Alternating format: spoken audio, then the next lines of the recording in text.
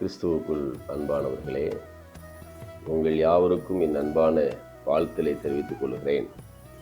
இந்த காலை வேளையிலும் ஆண்டவர் நமக்கு சொல்லுகிற ஒரு வார்த்தை, உம்முடைய காருண்யம் என்னை பெரியவனாக்கும். இந்த வார்த்தையை இந்த காலை வேளையிலே சொல்லுகிறார்.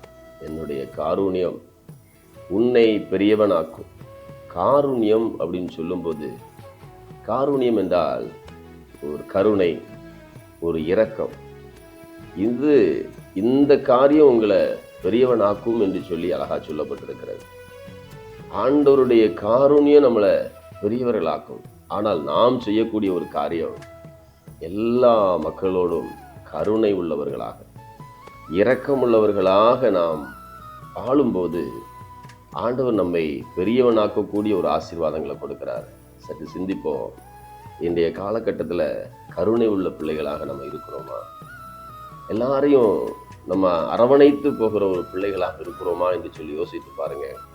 அந்த காரியத்தை செய்யும்போது அவருடைய காருண்யம் நம்மை பெரியவனாக்கக்கூடிய ஒரு ஆசீர்வாதத்தை அவர் கொடுக்கிறார். இந்த நன்மையை பெற்றுக்கொள்வோம்.